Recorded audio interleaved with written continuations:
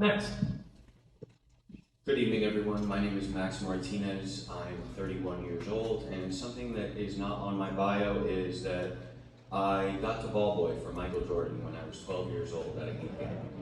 Among the threats that are facing our environment, there's too many to name, but to choose one, protecting Biscayne Bay, we have 60,000 jobs connected to it, $4 billion in economic output, and further reasons they said, including drainage, septic, pollutants, and land-based and spoil island waste management.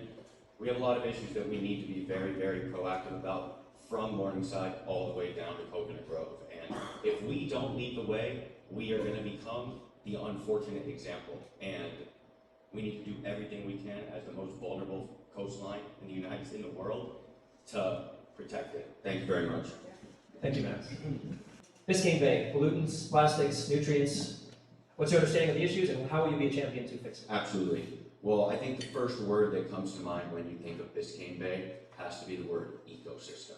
Ecosystem, everything is one thing connected to another. If you destroy one thing, it's going to hurt another.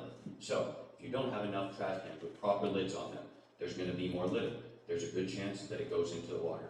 What Christy was just saying about construction, and you had to deal with a ton as commissioner, was debris blowing from construction sites and into the water, and leading to all these issues that we're currently having in the bay.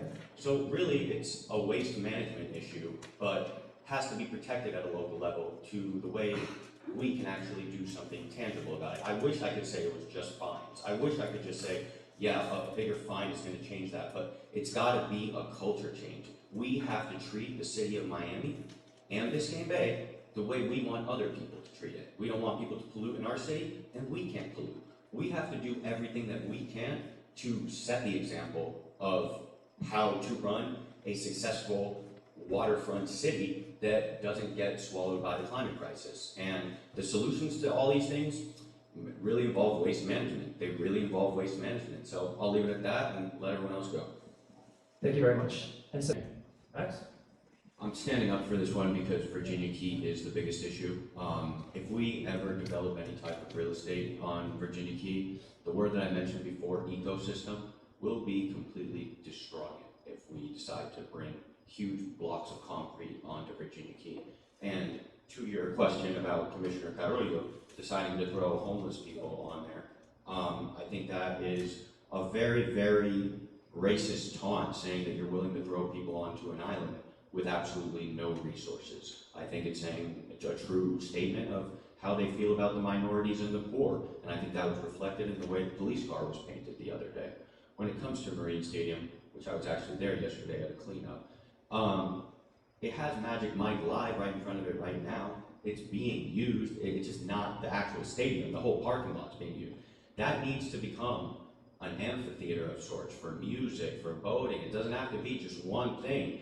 And I really believe that we got to do our best to preserve the history of District 2, because District 2 is the one that is just constantly getting attacked. It's our job to protect it, no to real estate, on any real estate on Virginia Key, preserve Marine Stadium, and as for the Seaquarium, it's not one that I've given the most thought, but I do agree that capture is terrible, but there needs to be a humane way to find where those animals are going to be. However, that's an economy with a lot of people's jobs. I just want to stress that. And as inhumane as it is, it's something we've normalized in our society, and we've got to find an alternative to. Thank you, Max. Septic to sewer. Septic to sewer. It's a very big deal because we cannot continue to have those pollutants carry their way into the water, flood, and everything else that goes with it.